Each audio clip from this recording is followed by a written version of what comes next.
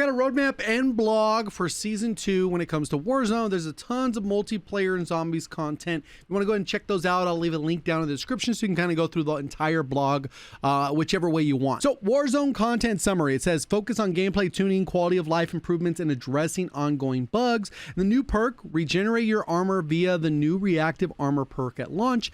In the mid-season, get the low profile perk, improving your movement speed when crouch, prone, or down, and then we get ranked.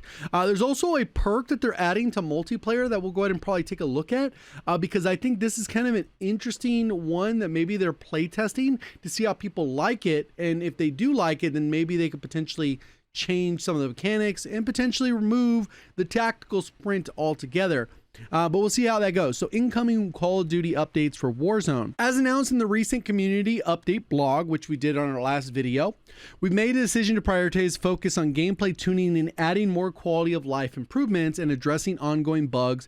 This means that in order to deliver meaningful improvements to our players, new content originally planned for Season 2 has shifted to create a bandwidth to address fundamental issues or foundational issues. These improvements won't come all at once, rather they'll be staggered across the season. And with quite a few quality of life changes coming mid-season, our priority is having the most solid foundation that Battle Royale can offer, and are excited for the players to see it all live. So obviously, they got to develop that trust, right? We've talked a little bit about that, where they lost a lot of that, and they just got to go about regaining some of that. Rest assured, a full selection of content is still accessible with access to our maps, Area 99, Urzikstan, Rebirth Island, and modes Battle Royale, Resurgence, Plunder, available at Season 2 launch, and with BR ranked coming during the launch window, usually a day or two later. Call of Duty Warzone players will also be part of the Terminator and Shadow Hunt events during the first few weeks of the season. Access all the shared Season 2 content, including the new base weapons, which we'll also talk a little bit about. Additional equipment. Fight to gain the upper hand with this help of these two perks. So the reactive armor, it says armor regenerate to 50% if you haven't taken damage in the last 5 seconds. So it could be kind of interesting. Obviously, with it being a red perk, we kind of have to see what it's going to compete with. Overall, though, it could be kind of interesting with specialists, including this one. I don't know if you would go out of your way to have this one. 5 seconds in real time may feel slow, and you may prefer plating over that. So if you're plating before that 5-second mark, it might not be worth it. But realistically, in this case, you can regenerate your base health and the plates at the same time. That'd be kind of interesting. Just running, there's not going to slow you down with your animation at all. You just be straight. I don't know. Interesting perk, but we'll see how it plays out. And then this one I don't really think is all that important. This used to be on double time. You're able to move quickly while crouched and prone. Prone not so much, and then move slightly faster when down. I don't know if you want a perk that only helps you when you're down. It's already kind of bad timing if you have to rely on perk to be down. Season 2 Warzone brings a wave of key updates aimed at tuning gameplay and improving the quality of life, addressing persistent bugs. Weapon reload and swap speeds, jump mechanics, and parachute transition and audio clarity have been fine-tuned to bring Battle Royale closer to the intended experience.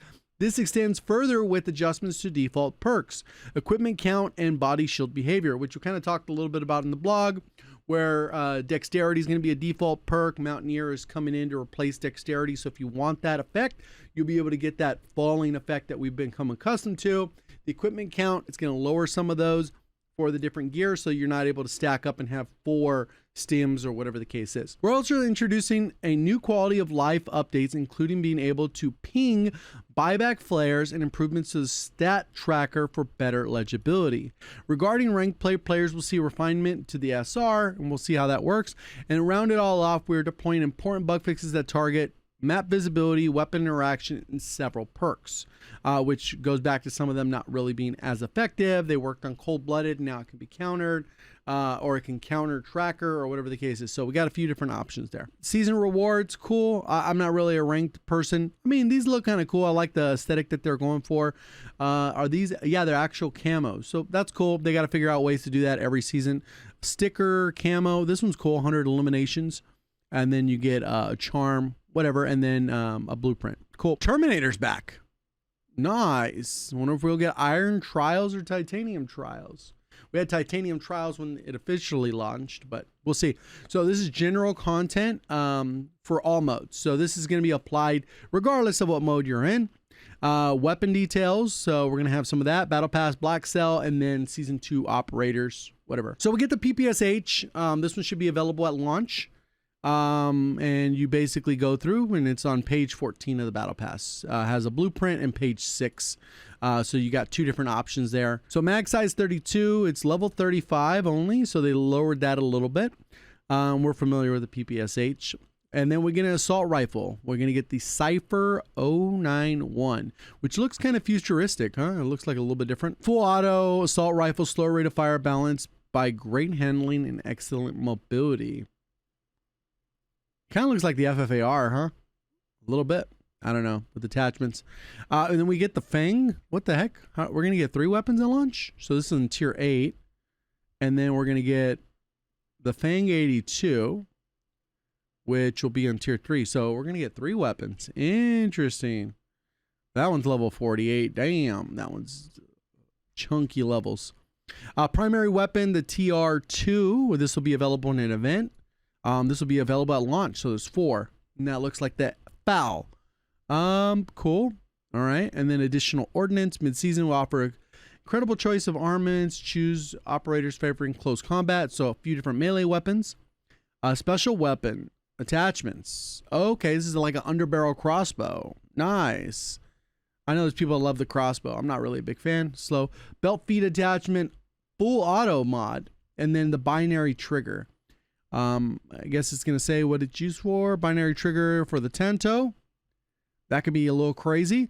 Belt feed for LMG magazine, the Terminator event, and the Shadow Hunt. So hopefully more than just XP. A lot of these has just been like gain XP. Cool.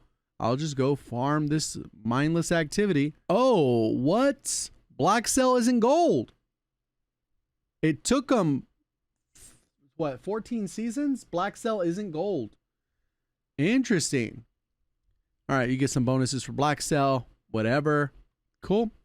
New operator. I don't really get into all that. Is it supposed to be Terminator? Yeah, Terminator. Store bundle. All right. I'm a big fan of Terminator, but they didn't really make it look like him. It's like a young Arnold, huh? It's kind of weird. All right. And then the LA Fire Relief. But here's the one I was talking about with the perk for multiplayer and some of these quality of life things coming to multiplayer. Hopefully those are also coming to Warzone. But there's a perk right here. It says raise your base sprint speed at the cost of removing tactical sprint. And this is one of those things that I've always kind of advocated for, especially when slide canceling was like really like the way to move around the map. I was like, we should just upgrade the base movement speed. Because base movement speed's unlimited. So then you would be able to move at a higher speed, unlimited, and there wouldn't be a need to reset your tac sprint because you would essentially have unlimited sprint. So I don't know if this is them trying this out. I think that'll make the game play crazy well. With this perk, it's just unfortunate you're going to have to sacrifice whatever you'd ordinarily run in that perk slot for that particular one. For perk 3, it'd be a little interesting, but I think they're trying this out. I don't think every studio's on board with tac sprint. I think they've just been kind of forced to use it. I think the game plays better when you're not tac sprinting in BO6. It just kind of feels weird, especially with having different gun animations for vertical or down or whatever. I don't know. But yeah, that's an interesting one. And then this one's also kind of interesting. Eliminate enemy marks the next closest enemy. Doesn't really work for Warzone, but this could be an interesting contract, right? It'd be like a super bounty. So I don't know. We'll see kind of how it goes. Obviously, there's not a ton of content in there because they're trying to work on fixing the game. But there are a lot of weapons, which is nice. Hopefully, we get some weapon balancing.